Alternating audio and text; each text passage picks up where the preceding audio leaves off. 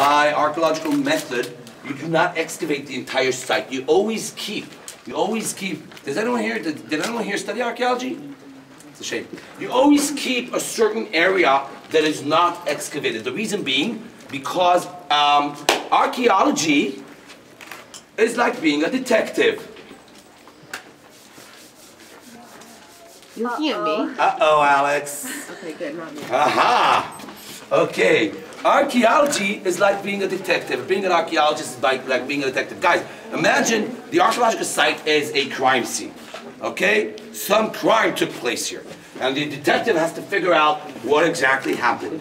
He or she arrives at the crime scene. What is the first and most important thing that the detective needs to know to do? Or not to do? That is to take evidence. To dig or not to dig? not to destroy evidence. To take evidence. To take evidence. Not to touch. Thank you very much, Shulman. The most important thing a detective needs to know when he or she arrives at a crime scene, touch nothing. The moment you touch something or you replace something to another stuff, you have changed what happened. You have changed the reality of what happened, all right? And you might come to the wrong conclusions regarding the crime that occurred if you want to try to figure out the crime. First thing you do is take pictures of everything. Touch nothing. Then you can start moving things around, right? In archaeology, the problem is that once you start digging, you're also moving things around. Once you move things around, you might be doing the wrong thing. You might be coming to the wrong conclusions. So, in order to prevent that from happening, what archaeologists do today in every site in the world, they dig a certain area, and then the other area, they don't dig. They excavate. If this is the city of, I don't know, Caesarea, for instance, an ancient city, or Pompeii, let's say Pompeii, a perfect example. Pompeii, this will be excavated, this will not be excavated. Why? So for future reference, in future generations, okay, our descendants might have a better technology or a better method of digging without destroying the site, okay, the evidence, or might have a better understanding of what actually happened in that place because they'll have a new document that will be found, and they will be able to dig with a better understanding. So every site in the world has certain areas that are not touched by archaeologists. Every site but Masada. Why? Masada is unique when it comes to archaeology. The entire story of Masada that you're going to hear today occurred in a very short time.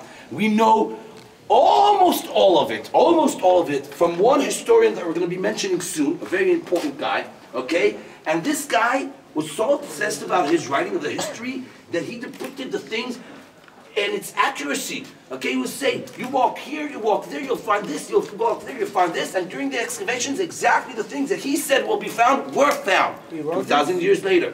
So here we don't have the problem of destroying evidence. So about 97% of the site of Masada is fully excavated. Which brings me to the black line, okay? These are ruins.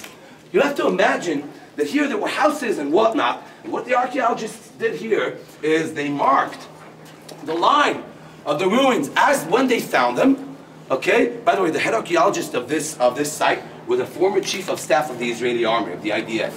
Okay, he was the chief of staff and he was an archaeologist. So, he marked the line of what was discovered when he first arrived, and then they reconstructed, the national park people reconstructed the formations of the structures with the very rocks that were found in the spot. I.e., this was found here, this was found above it, that was found above it. Okay, so most likely this was here originally, and this was above it, and so on and so forth. And when it collapsed, it just fell on top of the other. That's the meaning of the black line. Questions regarding archaeology? Story time. Good. Yes. Just one quick one. Is this? The walls were all plastered. Of course, you wouldn't have seen the rocks. Okay, the walls were plastered. This is what the plaster looked like. Okay, this is original. Okay, and there you'll also see mosaics and fresco, all original. Okay. The most of it is, of course, gone within the last 2,000 years or so. So, story time. Where were we? Oh, yes, Herod. Never lived here. Dies. Herod dies, yeah. He never lived here, and he dies. Year 4 BC. What? He actually was very sick. Very sick. And there are 3 theories of what happened. One of them is depression. One of them he was using silver dishes made out of what was that material? I can't remember the name of the material that actually was not good for... Mercury? What? Mercury? Not mercury, not mercury. Lead? It will come up, no, not lead. It will come up to me soon. Is it pewter? No. Lo nechoshet, lo nechoshet. Choshet is copper. It will come up to me soon. I cannot remember the name of the material, but basically, okay, poison. And that is based on archaeological evidence. Again, we found his things that were used in the palace. Most likely, he used them, and then that's a different story altogether. He dies. Okay, he dies. What was the third theory? What? What? You said there was three theories. He was very old. People die when they're old.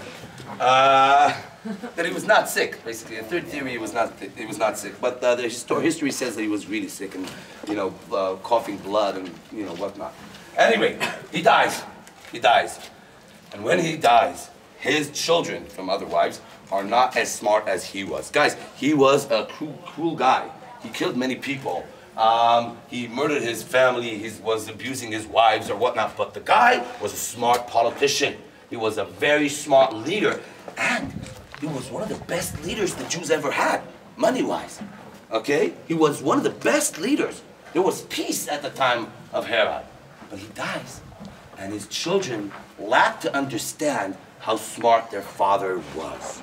Instead of bearing arms together to sustain their kingdom, they start fighting against each other again. Three brothers fighting against each other. Who's going to take over his kingdom? And so the kingdom splits into three different kingdoms.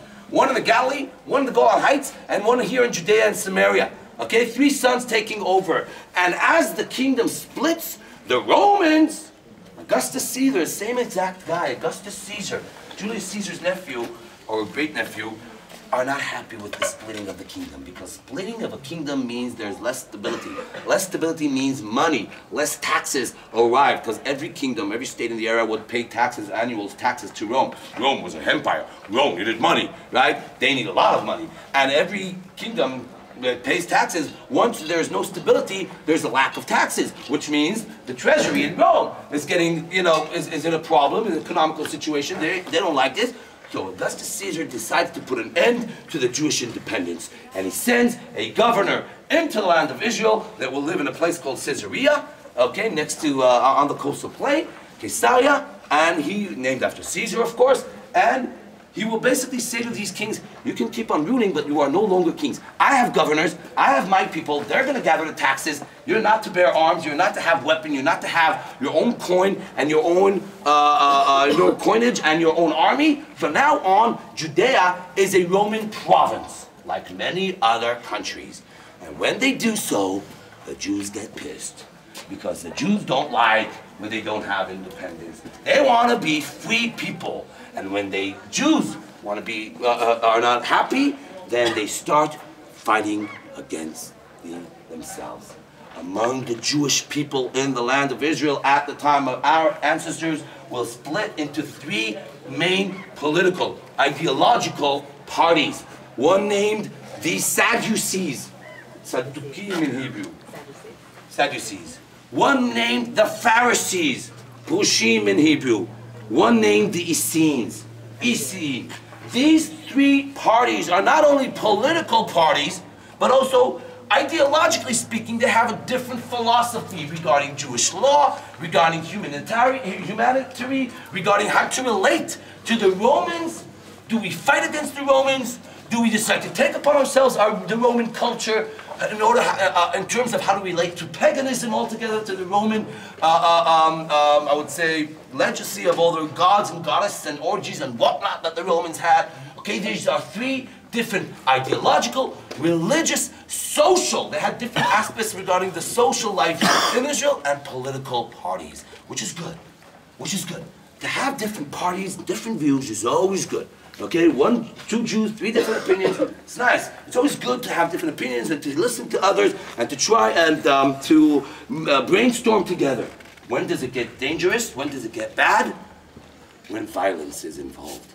And unfortunately for us, guys, we are a people that are very, very violent. We were very, very violent in the past, okay? These three parties are going to start fighting against each other to try to to force, thank you very much, to force their opinions under the other parties. And as this is happening, things in Judea, in this province, will literally go in fucking balagan. You will have Jews fighting against each other. You will have members of the Jews within the Sanhedrin, which is kind of like the parliament, actually punching each other. Scenes that are really not good. And all this legacy of Herod and his kingdom and this united, beautiful, strong state crumbles and falls apart. We are not yet at the point of Masada, but we're getting there. Questions? Comments? Comments? Let's continue.